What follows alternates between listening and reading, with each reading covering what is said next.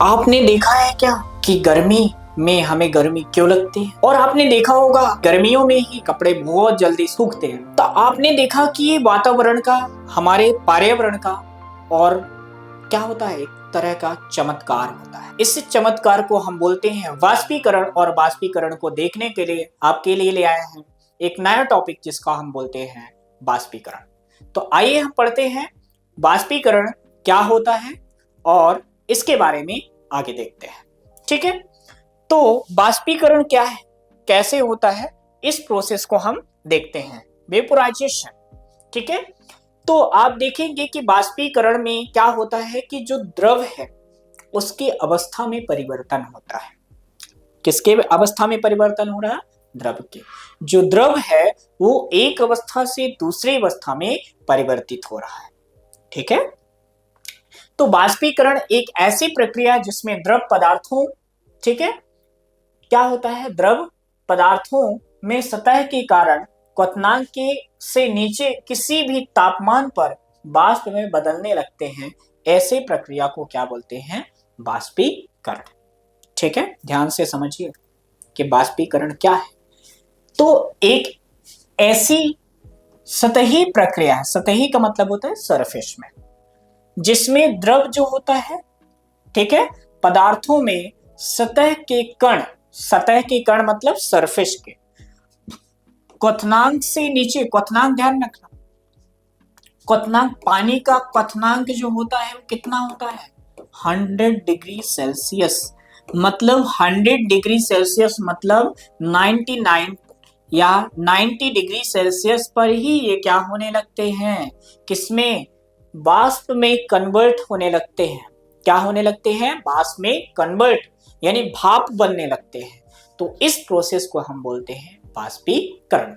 जैसे आप यहाँ पर देखेंगे एग्जांपल के तौर पे कि क्या है, यहाँ पर पानी भरा हुआ है यहाँ। ठीक है, आप देखते हो कि ये सन है, सन से क्या आएगी बेटा? सनलाइट आएगी।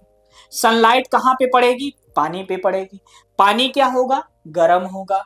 पानी गर्म होगा तो क्या बनेगा? वेपर। क्या बनेगा? वेपर, यानी जिसको हम बोलते हैं जल वाष्प। क्या बोलेंगे? जल वाष्प। तो पानी जो होता है किस में कन्वर्ट हो रहा है? वाष्प में। किस में कन्वर्ट हो रहा है? वाष्प में, जिसे हम क्या बोलेंगे? जल वाष्प। अब ध्यान रखना है, ये जल वाष्प जब आगे जाएगा तो उसका कंडेंसेशन हो जाएगा, यानी क्या बोलते हैं? संघनन। क्या होता है? संघनन।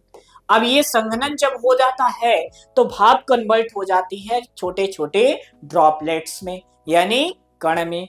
अब वही बारिश के फॉर्म में फिर से हमारे पास आ जाता है। ठीक है, पौधे भी क्या करते हैं? उस पानी को एब्जॉर्ब करते हैं और क्या करते हैं? वेपर के फॉर्म में, वाष्प के फॉर्म में क्या करते हैं? रिलीज करते हैं। अब पौधे जो हैं वाष्प के फॉर्म में पानी को कब रिलीज करते हैं?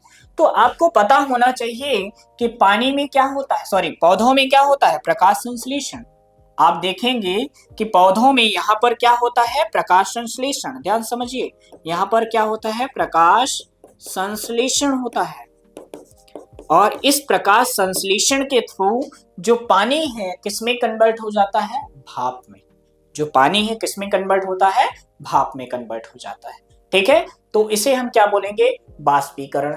तो ऐसी सतही प्रक्रिया जिसमें द्रव, ठीक है, पदार्थों के सतह के कण, यानी द्रव के जो पदार्थों के सतह के कण होते हैं वो क्वथनांक के नीचे ही क्या होते हैं? भाप में कन्वर्ट होने लगते हैं, वाष्प में कन्वर्ट होने लगते हैं। इस प्रक्रिया को हम क्या बोलते हैं? वाष्पीकरण। ठीक है, आगे देखते हैं कि वाष्पीकरण होते कौन से हैं, इसको कौन कौन से कारक क्या कर सकते हैं? प्रभावित कर सकते हैं। तो देखिए, वाष्पीकरण को सतही क्षेत्रफल, सतही क्षेत्रफल का मतलब क्या होता है? ध्यान रखिए, कम क्षेत्रफल और ज्यादा, ठीक है, मतलब अधिक क्षेत्रफल। कम क्षेत्रफल रहेगा तो बाष्पोत्सर्जन कम होगा, ज्यादा क्षेत्रफल रहेगा तो बाष्पोत्सर्जन ज्यादा होगा। ठीक है, आप देखते हो कि जब कपड़े जब धोते हो, धोकर सुखाने के लिए डालते हो, तो यदि आपने इसे निचोड़ कर और उसको टंगा दो तो देरी से सूखेगा। उसी को यदि फैला दो तो जल्दी सूखेगा। समझ में आया कि नहीं आया? यानी सरफेस एरिया जितना कम, बाष्पोत्सर्जन उतना कम। सरफेस एरिया जितना ज्यादा, बाष्पोत्सर्जन ज्यादा। समझ में आया? नेक्स्ट, तापमान। तापमान आप देखते हो कि गर्मियों के सीजन में कितना होता है, लगभग 45 समथिंग बता रहा हूं, 45 टू 50 डिग्री सेल्सियस। आप देखते हो कि कपड़े नहा कर आए हो और आप देखोगे कि आधे एक घंटे बाद अपने आप पूरे कपड़े सूख जाए। ठीक है, क्यों? क्योंकि उस समय हमारे इन्वायरमेंट का, वातावरण का ताप जो होता है ज्यादा होता है, और जब टेम्परेचर ज्यादा होता है तो वेपराइजेशन की प्रोसेस बढ़ जाती है, इंक्रीज हो जाती है। ठीक है, अभी आपको पढ़ाए हैं बॉइलिंग। बॉइलिंग में आपने देखा कि ताप बढ़ा तो कणों के मध्य जो है, कणों की जो गतिज ऊर्जा होती है बढ़ जाती है, और गतिज ऊर्जा बढ़ जाती है तो उनके बीच के जो इंटरमॉलिक्यूलर क्या होता है, बॉन्डिंग होती है, वो ब्रेक हो जाती है। तो वही प्रोसेस यहाँ पर होती है। जब हम ताप को क्या करेंगे, वृद्धि करेंगे, बढ़ाएंगे, तो बाष्पोत्सर्जन की क्रिया जो होती है वो क्या हो जाती है, बढ़ जाती है। फिर अगला क्या है, आर्द्रता, नमी। ठीक है, ध्यान रखना, नमी जितना कम होगी बाष्पोत्सर्जन उतना कम होगा। नमी जितना जितना ज्यादा रहेगी बाष्पोत्सर्जन उतना ज्यादा कम होगा। नमी जितनी जो ज्यादा होगी उतना बाष्पोत्सर्जन कम होगा। नमी जितना कम होगी उतना बाष्पोत्सर्जन ज्यादा होगा। नहीं आया समझ में? कंफ्यूज हो गए? देखो, यानी आर्द्रता क्या होगा, ज्यादा, तो बाष्पोत्सर्जन होगा कम। आर्द्रता होगी कम तो बाष्पोत्सर्जन होगा कम। मतलब क्या होता, सॉरी ज्यादा। कैसे मतलब? इसका मतलब ये हो गया, देखिए आप देखोगे कि ठंडियों के सीजन में जो होता है बाष्पोत्सर्जन की क्रिया क्या होती है, कम होती है। क्यों कम होती है? क्योंकि ठंडियों में क्या होता है, हमारे वातावरण का, हमारे इन्वायरमेंट का टेम्परेचर होता है कम। ठीक है, इतना समझ में आया? और गर्मियों में आप देखते हो कि बाष्पोत्सर्जन होता है ज्यादा, क्योंकि हमारे इन्वायरमेंट का टेम्परेचर होता है ज्यादा। ठीक है, अगला है वायु की गति। आप देखते हो जितनी तेज हवा चलेगी उतना ही बाष्पोत्सर्जन होगा, और जितनी तेज हवा कम चलेगी उतना ही बाष्पोत्सर्जन क्या होगा, कम होगा। इतनी चीजें समझ में आए? तो बाष्पोत्सर्जन को, वाष्पीकरण को कितने कारक, 4 कारक हैं जो प्रभावित कर सकते हैं। सतही क्षेत्रफल, तापमान में वृद्धि, आर्द्रता और वायुमंडल, वायु की गति।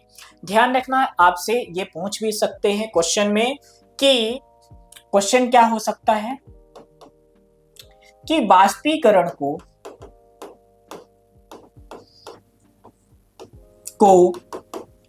प्रभावित करने वाले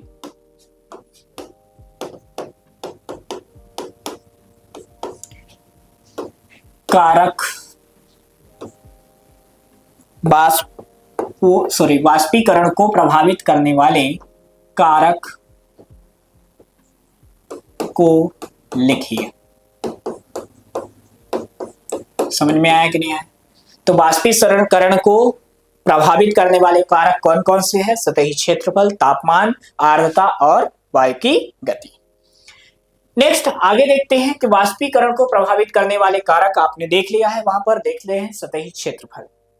सतही क्षेत्रफल बढ़ाने पर वाष्पीकरण की दर क्या हो जाती है, बढ़ जाती है। अभी मैंने बताया कि जितना ज्यादा आप फैला के रखोगे, उतना ही कपड़े को फैलाओगे, उतना जल्दी कपड़ा जल्दी सूखेगा। जितना ही आप रख दोगे क्या कर इकट्ठा करके, उतना ही लेट जो है कपड़ा सूखेगा। अगला, तापमान में वृद्धि। तापमान बढ़ाने पर वाष्पीकरण की दर क्या हो जाती है, बढ़ जाती है, क्योंकि पदार्थ के कणों की गतिज ऊर्जा बढ़ जाती है। अभी मैंने बताया कि तापमान बढ़ाने पर पदार्थ के कणों की गतिज ऊर्जा बढ़ जाती है, जिससे वाष्पोत्सर्जन की क्रिया भी बढ़ जाएगी। नेक्स्ट, आर्द्रता। अगर हवा में आर्द्रता होती है तो वाष्पीकरण की क्रिया क्या होती है, घट जाती है, और आर्द्रता जो ज्यादा आर्द्रता होती है तो कम वाष्पीकरण होता है। यानी आप देखोगे कि आर्द्रता, नमी, वही हमने बताया कि ठंडियों में क्या होती है, आर्द्रता ज्यादा होती है, नमी ज्यादा होती है, तो वाष्पोत्सर्जन कम होता है। आर्द्रता कम होगी तो वाष्पोत्सर्जन ज्यादा होगा। अगला, वायु की गति। अगर वायु की गति बढ़ जाती है तो वाष्पीकरण की दर भी क्या हो जाती है, बढ़ जाती है। यानी जितनी तेजी से हवा चलेगी, जितना स्पीड से हवा चलेगी, उतना ही ज्यादा क्या होगा, वाष्पीकरण होगा। इन्हीं चीजें समझ में आए कि नहीं आए? चलिए देखते हैं आगे। नेक्स्ट, वाष्पीकरण के कारण शीतलता का प्रभाव। मतलब क्या है, वाष्पीकरण जो हो रहा है वो कूलिंग में क्या इफेक्ट डालता है। तो आप देखे होंगे कि क्या देखे हैं कि आपने देखा होगा कि ये मान लीजिए पौधा है, ठीक है, और इसमें ये क्या है, पत्तियां लगी है, ठीक है। अब यहां पर ये क्या है बेटा, पत्तियां लगी है, ठीक है। अब ये पौधे आपको पता है कि गर्मी की सीजन, गर्मी, ठीक है, गर्मी के सीजन में आप देखते हो कि पौधों के नीचे में क्या होता है, ठंडक महसूस होती है। कैसे महसूस होती, कैसी फीलिंग आती, ठंडक की। क्यों होती है, क्योंकि बेटा यहां पर होता है प्रकाश संश्लेषण। क्या होता है, प्रकाश संश्लेषण हो रहा है। और प्रकाश संश्लेषण की यदि केमिकल रिएक्शन देखोगे तो सॉरी यहां पर CO2 plus H2O, 6CO2 plus 12H2O equal to ये बनाता है C6H12O6 plus 6O2 plus 6H2O, ठीक है। आप जो रेस्पिरेशन में एयर को इनहेल कर रहे हो, किसको इनहेल कर रहे हो, एयर को, यानी गैस को, तो ये O2 ये है, ठीक है। ये इसको हम किस में लेते हैं, श्वास के रूप में, ठीक है। और ये जो होता है H2O, ये किसके रूप में, वाष्प के रूप में क्या होती है, वातावरण में रिलीज होती है। अब यही वाष्प जब हमारे इन्वायरमेंट में आती है तो वही गर्मी में हमें क्या फील कराता है, ठंडक, कूलिंग इफेक्ट शो करता है, ठीक है। तो वही चीज हमने यहां पर अभी देखा कि यहां पर कि खुले हुए बर्तन में रखे द्रव में निरंतर वाष्पीकरण होता रहता है। मतलब जो बर्तन है यदि उसको खुला रख देते हैं तो उसमें लगातार क्या होगा, वेपोराइजेशन होगा। वाष्पीकरण के दौरान कम हुई ऊर्जा को पुनः प्राप्त करने के लिए द्रव के कण अपने आसपास से ऊर्जा को क्या करते हैं, अवशोषित कर लेते हैं, है ना, के कारण क्या होते हैं, शीतल, शीतल मतलब ठंडे हो जाते हैं। दैनिक जीवन में वाष्पीकरण के कारण शीतलता का प्रभाव कुछ उदाहरण से हम समझ सकते हैं।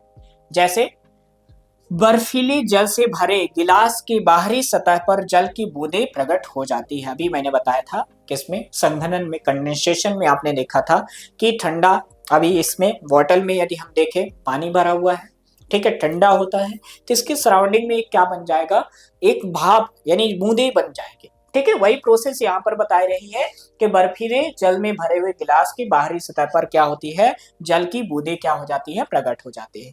जब किसी बर्तन में बर्फीला जल रखते हैं तो शीघ्र ही बर्तन क्या हो जाता है, बाह्य सतह पर हमें जल की बूंदें नजर आने लगती है, यानी वही छोटे छोटे से वाटर ड्रॉपलेट्स दिखाई लेते हैं। क्योंकि वायु में उपस्थित जलवाष्प की ऊर्जा ठंडे पानी के बर्तन के संपर्क में आकर संघनित हो जाता है। वही जो इन्वायरमेंट में एयर है, जब उसके कांटेक्ट में आती है, किसके, गिलास के कांटेक्ट में, संपर्क में आती है, तो वो क्या हो जाती है, ठंडी हो जाती है, ठीक है। संघनित होकर द्रव अवस्था में परिवर्तित हो जाती है, हमें जल की बूंदों के रूप में वो क्या होती है, नजर आने लगती है, ठीक है। दूसरा इफेक्ट क्या होता है, दूसरा इफेक्ट, गर्मी में सूती कपड़े पहनने से वाष्पीकरण के कारण शीतलता का एहसास होता है, ठीक है। आप देखोगे कि गर्मियों में यदि आप सूती कपड़ा पहनते हो तो आपको थोड़ी सी कूलिंग यानी ठंडक फील होती है, ठीक है। तो क्यों होती है, तो देखिए गर्मी में सूती कपड़ों को, है ना, वातीयता दी जाती है, यानी सबसे ज्यादा महत्व दिया जाता है, क्योंकि इनकी पसीने को अवशोषित करने की क्षमता, यानी जो वेपोराइजेशन के थ्रू आप देखते हो पसीना आने लगता है, ठीक है, तो पसीनों को अवशोषित करने की क्षमता क्या होती है, ज्यादा होती है, ठीक है। गर्मी के कारण पसीना क्या हो जाता है, वाष्पीकरण की गुप्त उष्मा के बराबर हो जाता है। तो उष्मा शरीर में क्या करता है, शरीर से लेकर वाष्पीकृत होकर वायुमंडल में चला जाता है, ठीक है। अंततः हम शीतलता का क्या करते हैं, अनुभव करते हैं, फील करते हैं। अगला क्या है, तेज धूप वाले दिनों में के छातों, खुले स्थान पर जल का, है ना, छिड़काव। छतों पर हम क्या करते हैं, तेज जब धूप होती है तो देखते हो कभी कभी आप, जब ज्यादा गर्मी होती है तो हम क्या करते हैं, गर्मियों के सीजन में हम छत पर सोते हैं, तो सोने से पहले अपन क्या करते हैं, पानी छिड़क देते हैं, पानी छिड़क देते हैं कि उसका टेम्परेचर जो होता है थोड़ा कम हो जाए और कूलिंग इफेक्ट्स हो। वही चीजें हैं कि खुले छतों एवं खुले स्थानों पर जल का छिड़काव करते हैं, जिससे जल का वाष्पीकरण के कारण वो सतही क्या होता है, शीतल, यानी वो जो सतह है वो क्या हो जाता है, ठंडा हो जाता है, शीतल हो जाता है। अगला एसीटोन, ध्यान रखना नेल पॉलिश में यूज किया जाता है, ठीक है, नेल पॉलिश हटाने के लिए प्रयुक्त होने वाला द्रव है। या अल्कोहल को हथेली पर रखने पर शीतलता का क्या होता है, अनुभव होता है। यानी जो अल्कोहल है इसको यदि हम हथेली पर रखते हैं तो कैसा होगा, हमें शीतलता फील कराएगा, ठंडक फील कराएगा। एसीटोन या अल्कोहल हथेली पर उष्मा लेकर शीघ्र वाष्पीकरण, यानी जो हथेली पर हमने एसीटोन रखा है या अल्कोहल रखा है वो इन्वायरमेंट से उष्मा लेगा और वहां पर जो कण है उसको ठंडा कर देगा, जिसे हमें क्या फील होगा, शीतलता यानी ठंडक फील होगा। ठीक है, शीघ्र वाष्पीकृत होते हैं जिससे हमें हथेली पर क्या होने लगता है, शीतलता का अनुभव होता है। इन्हीं चीजें समझ में आई कि नहीं है, आगे बात करते हैं। ठीक है, तो ये चीजें हैं किसके रिलेटेड है, वाष्पीकरण के कारण। ठीक है, तो आपने आज क्या देखा, वाष्पीकरण।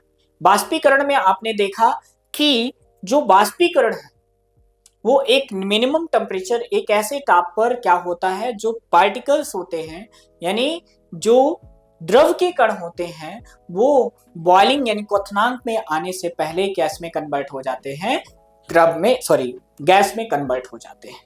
ठीक है, तो आपने ये देखा कि वाष्पीकरण होता क्या है, किस प्रोसेस के थ्रू होता है, वाष्पीकरण को प्रभावित करने वाले कारण क्या है।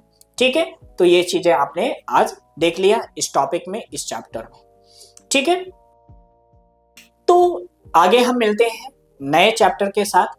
तो आपने यहाँ पर इस चैप्टर को हमने खत्म कर लिया है, पूरा चैप्टर मतलब मैटर अवर सराउंडिंग, हमारे आसपास के पदार्थ। ठीक है, तो आगे मिलते हैं नेक्स्ट वीडियो में। तो देखते हैं तो आपने देखा कि जो पदार्थ है वो अवस्था में परिवर्तन यानी वाष्पीकरण एक ऐसी प्रक्रिया है, हमारे छुपी हुई एक ऐसी एनर्जी है जिसमें हम देख रहे हैं कि जो वातावरण का ताप है वो क्या हो रहा है, कम हो रहा है, और वाष्पीकरण एक ऐसी प्रक्रिया के थ्रू हो रहा है जिसमें लेटेंट यानी गुप्त ऊष्मा हो रही है। ठीक है, तो ये साइंस का एक ऐसा चमत्कार है जिसे हमें दिखाई नहीं देता, लेकिन हमारे डेली जीवन में ये दिखाई देता है, यानी डेली जीवन में हमें फील कराता है। तो इसी तरह से और इंटरेस्टिंग वीडियो देखने के लिए हम हमारे से जुड़े रहिए और आज ही फ्यूके एजुकेशन को ज्वाइन करिए और ऐप को डाउनलोड करिए, और अपने दोस्तों को यदि वीडियो अच्छी लगी हो तो शेयर करें, चैनल को सब्सक्राइब करें और आगे बढ़ते रहें। धन्यवाद।